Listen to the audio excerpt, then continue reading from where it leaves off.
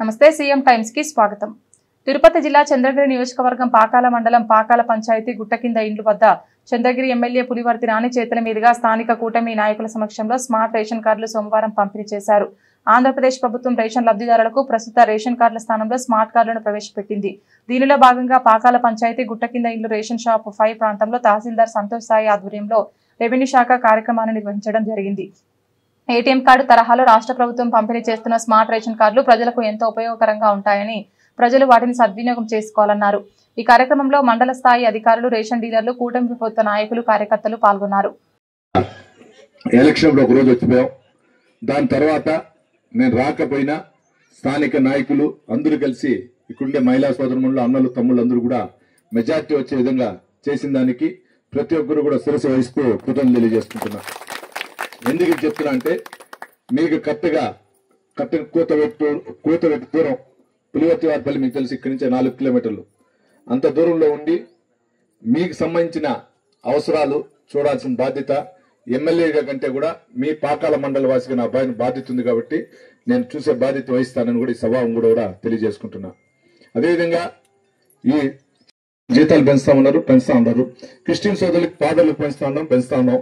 అదేవిధంగా ఇక్కడ స్థానికంగా ఉన్నటువంటి ఎవరెవరికైతే ఇండ్లు తక్కువ ఉందో వాళ్ళందరికీ కూడా మన పూర్పేట, పకిరిపేటలతో పాటు మీకు ఇక్కడ కూడా స్థలాలకు రెడీ చేస్తున్నాం. తొందరలో ఇంటి స్థలాలు 2.5 సెంట్లు నుంచి 3 సెంట్ల రూపాయలు ఇచ్చి ఎన్టీఆర్ హౌసింగ్ ద్వారా కూడా ఇల్లు కట్టించే బాధ్యత తీసుకుంటామని కూడా ఇక్కడ సౌదరులకు చెప్తున్నాం.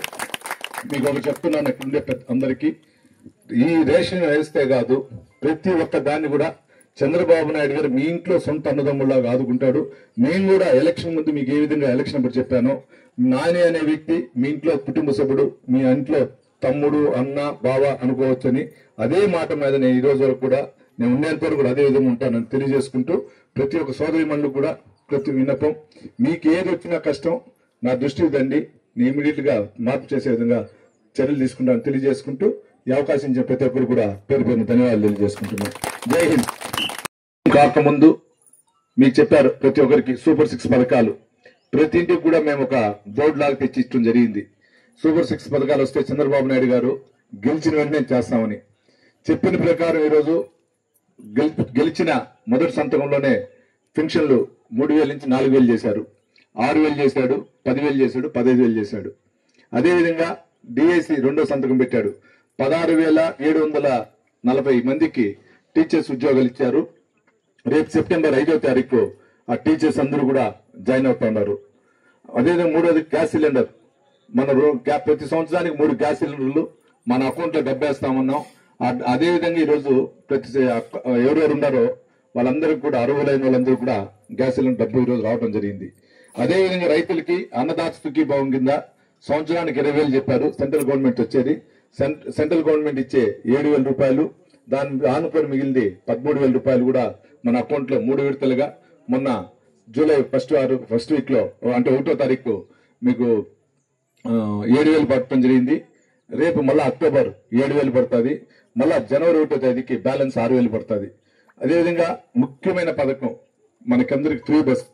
ఈ రోజు ఫ్రీ బస్ మొన్న చెప్పిన ప్రకారం ఇమీడియట్ గా ఫ్రీ బస్ ఇవ్వడం జరిగింది. ఈ ఫ్రీ బస్ వల్ల స్త్రీ శక్తి పేరుతో రిలీజ్ చేసిన దానివల్ల మన ఇంట్లో అన్నదమ్ములు ఉన్న మహిళా సోదరులు ఎవరున్నా కూడా మన రాష్ట్ర వ్యాప్తంగా ఎక్కడికి వెళ్లాలన్నా టికెట్ ఛార్జీలు 5 రకాల బస్సుల్లో, దాన్ని కూడా వైసీపీ నాయకులు వోల్వో బస్సులు ఎందుకు ఎక్కలేదు, ఇంకో దాంట్లో ఎక్కలేదని మన పైన నిందలు మోపుతున్నారు. అంటే ఆ రోజు చెప్పిన ప్రకారం చేశాం.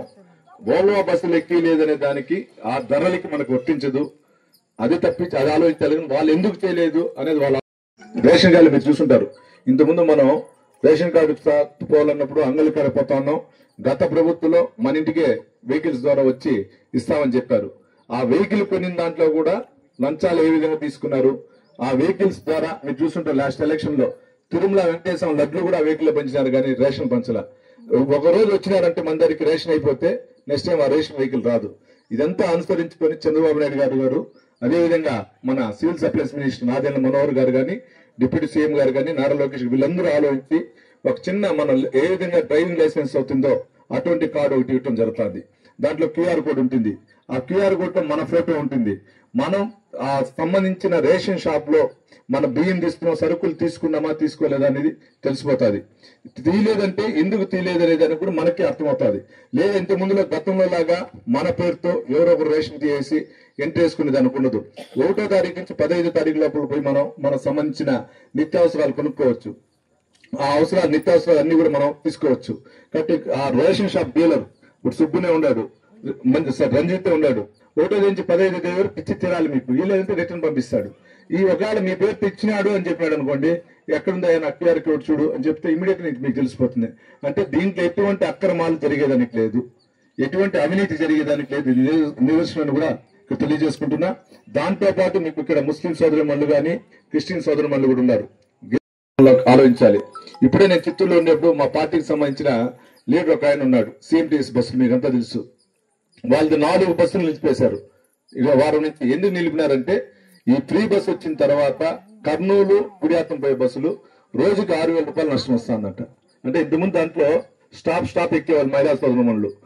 ఈ రోజు ఎక్కట్లేదు కాబట్టి మా క్లాస్ వస్తుంది, ఏం లేదు నిలిపేసినాం, స్టాపేజ్ రాసినాం అన్నారు. అంటే మన చంద్రబాబు నాయుడు గారు మహిళా సోదరుమణులకి ఇంట్లో సొంత అన్నదమ్ముల్లాగా ఏ విధంగా ఆదుకుంటా ఉన్నాడు, ఇది ఉదాహరణ.